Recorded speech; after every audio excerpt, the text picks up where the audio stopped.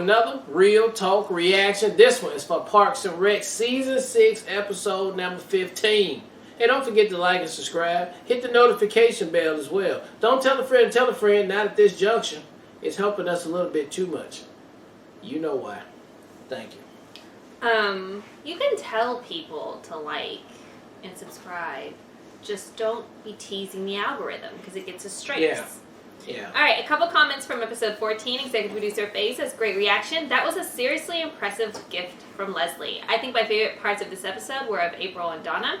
I love both of these characters, but totally understand the unease April might have, especially since she has ditched her own responsibilities and left notes like that. Mm-hmm. That scrapbook is always going to be a fun present to have with pictures of Gary. At first, with Ron and the typewriter, I was like, what are you doing?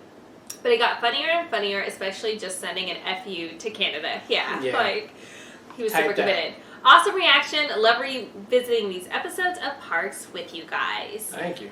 Executive producer JoJo says, Leslie's happy tears, noises, and Ben's surprised face both bring me joy. And the bromance of Ben and Jerry, it's not Larry for this because ice cream. Oh, Ben and Jerry. Clever.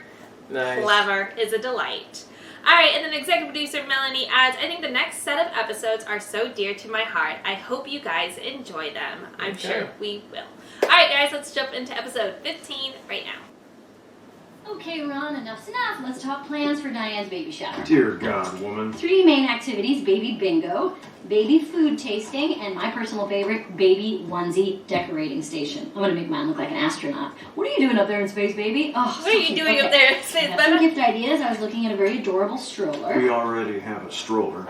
Oh, shoot, really? I'm going to have to think of something else. Oh my God, whose baby is that? That would be mine. Guys, get in here! Ron has a baby! Oh, Ron, cool baby. Thank you, Andrew. Everyone, I'd like to introduce you to my son, That's his actual baby? Redacted Swanson. John was born some time ago, weighing multiple pounds and several ounces. Much like his father, he is a fan of What are you talking about? Please keep your voices down. How am I supposed to keep my voice down when you had your baby? And you didn't tell me that you had your baby! Why That's would you need to insane! do something like Why that? would I? Oh my God. I have not even sent Diane a gift. She's just walking around, wondering why I haven't sent her a gift yet. Should we do something? Just let her tire herself out. If you need anything from us around, please just let us know. Actually, there is something. Could one of you please stop by the pet store and pick up some fish food for me? Where did you get a fish? She's about to lose. So, I'll sponsor your concert, but I'm also looking to invest in other ventures. I have a feeling a bright guy like you has some ideas of his own. I may have a few eggs ready to hatch in the personal idea nest. Why don't you come to my office tomorrow and pitch me your hottest idea? Perfect. I'll see you then. Oh, that's pretty cool. It's all happening, Ben. Soon I'll have a new career, new crib, new friends. If all goes well, this may be one of the last times I ever have to speak to you. Oh my God. Come with me. I need your help. If all goes well. Thank you so much, everyone, for coming, and a special thank you to the City Council for their support. I was told there'd be a free barbecue buffet. Let's take some beef jerky and hush. This spring, we will be Barbecue holding buffet. a massive unity concert to commemorate the merger between Pawnee and Eagleton. This 3-day music and arts festival will jerky's end alright. on a day It's we alright. will call New Founders Day, an official beginning to our new town. A few years ago, Eagleton put up this wall along the border. Now it is time to tear down this wall. In the name of unity, I have given some former Eagletonians the first strike. Take it away, guys. It's such a great day for Bees. Shit! Right. Oh man, this is amazing, man. The stupid Eagletonians are totally getting pwned by these bees. We send this straight to Tosh. Tosh Bueno. Don't worry, babe, I'll protect you. I got stung once, I'm immune. Go ahead and sting me, bees. It does nothing. Oh my There's God. nothing. I was stung once. Leslie, it appears that most of the people who were stung were from Eagleton. How did you pull that off? I didn't pull anything off. The Eagletonians were simply closest to the wall. Plus, one Pawneean was stung. in his mouth because he was laughing at the Eagletonians. How did you get your bees into the wall? And how long did it take to plan this hilarious bee prank on Eagleton? They were not my bees, Trod, and for the last time, this was not a prank. I did not know that bees were in that wall. I mean, in fact, you should treat this like a public service announcement. Everybody should check their walls for bees. Nice try, prank queen. Probably bees in there. Okay, that's all the time I have. What else can you do with your bees? Leslie, what's your next prank? What's your next prank? Leslie, Grant Larson is on the phone for the National Park Service. I cannot meet with him right now. We are in crisis mode, okay? Larry, just tell him I need to reschedule because I am trying to fix my beehole disaster. Okie dokie. Wait, no, Larry, don't say tell him that. Don't say that. Don't mention my beehole. Just as we suspected, Don't say the beehole. we repaired the valve stem seal, and now all that remains is to tighten down this packing nut. And that should do it. Can we help you? No, we have everything under control. My crew's redoing this whole floor. We're the only people allowed up here right now. We'll proceed with your work. You won't notice us at all. Well, we're gonna be kind of loud. My son is several weeks old. He's quite familiar with the sound of power tools.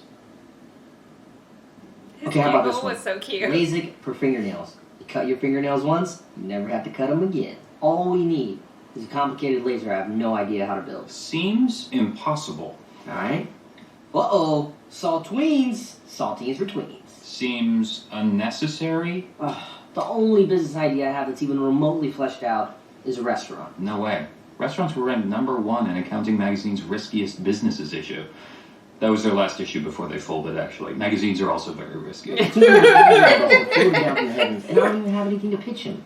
Come on, you must have had one good business idea. You're 52 years old. No, I'm not, but I do have an idea. It's airtight. But I have to warn you, it's not super sexy. What is it? Okay, listen up. You would be the middleman between dry cleaners and the companies that sell chemicals to dry cleaners. Wow. Right? Right? You're right, man. That is not sexy. Leslie Knope's little stunt put 3 people in the hospital. This bee incident is just the latest. Gosh. Alright, that was another good episode of Parks and Rec, and hey, I was entertained all the way through. Again, it had another little surprise up in there. I thought at this point Leslie would take this offer. I mean, that was like seriously right up her alley. You couldn't ask for anybody else to do that type of work in the Midwest, to run a national Parks and Recreation.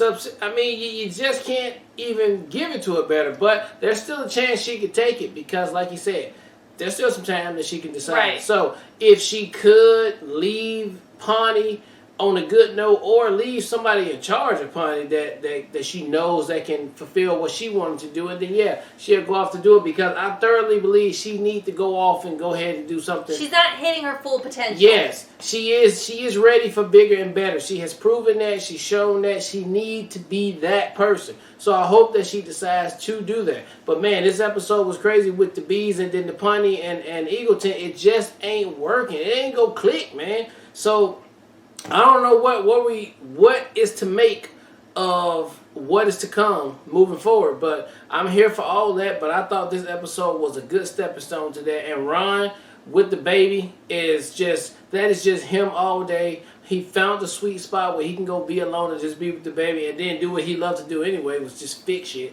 So I thought that was great. I hope they continue with that upstairs on the 3rd floor, because that'll make for a good entertaining side story as well. And then then you had Tom them over there trying to do the business thing, which you gonna do an Italian restaurant?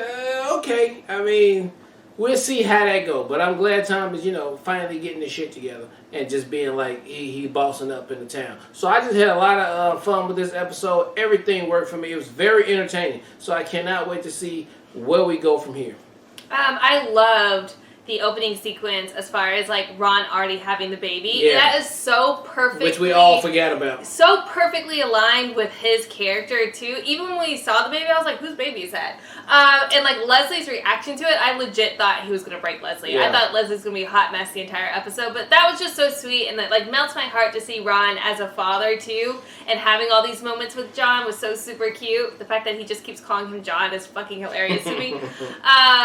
But yeah, so that that was probably my highlight, just that interaction. I honestly didn't really appreciate Tom being so freaking disrespectful to Ben. I felt like it was like the entire episode he was like that. I liked everything. I know he was being funny though. But I just didn't. I don't know. I didn't really love it. It felt like I don't know. It kind of got or irked me a little bit. Yeah, he was kind of dissing him. And like Ben came through as he typically does, and like had his back and stuff like that, which I appreciate. And I'm glad Ben did have that line at the end where he's like, "Dude, go to work, or I legit will fire you." I'm not kidding. So I'm glad he like. I think that closed out the awkwardness in that, but I just didn't love that Tom was being like so blasé about Ben. I was just like, dude, like he's helped you so many times before. A lot of times. Yeah, like I don't. Yeah. I didn't really appreciate that. If it was real life, that definitely would not be cool. Yeah.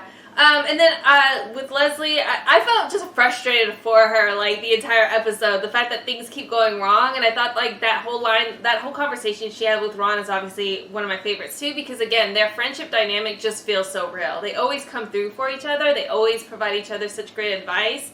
And her recognizing her work's not yet done is very Leslie. She can't, I mean, she can't leave a project undone. She wouldn't leave Pawnee in a way that wasn't better off than where she left it. Yeah. So I feel like that's very aligned with her character as well. Although I do know and recognize that she can go on to bigger and better things. She just won't do it until Pawnee's in safe hands, so to speak. I thought it was a really good episode, though, and very, very much looking forward to the next one. Yep. All right, well, look, thank you guys again for watching another Real Talk Reaction for Parks and Rec Season 6, Episode 15. And until next time, people.